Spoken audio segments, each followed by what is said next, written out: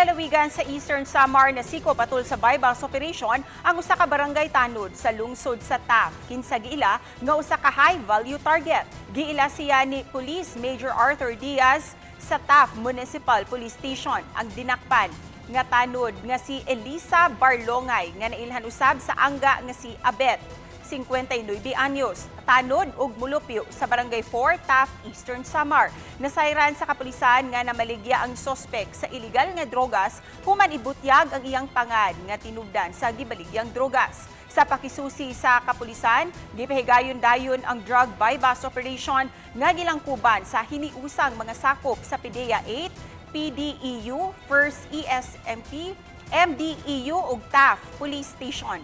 Nakuha sa iyang posisyon ang usa ka pakete sa gidudahang gidiling drogas og 500 pesos nga mark money, cellphone ug laing 150 pesos ug usa ka lighter. Wala na muluwat pa og pamahayag ang dinakpan. Kasong pagpayuhot sa gidiling drogas ang ipasaka batok sa maong tanod.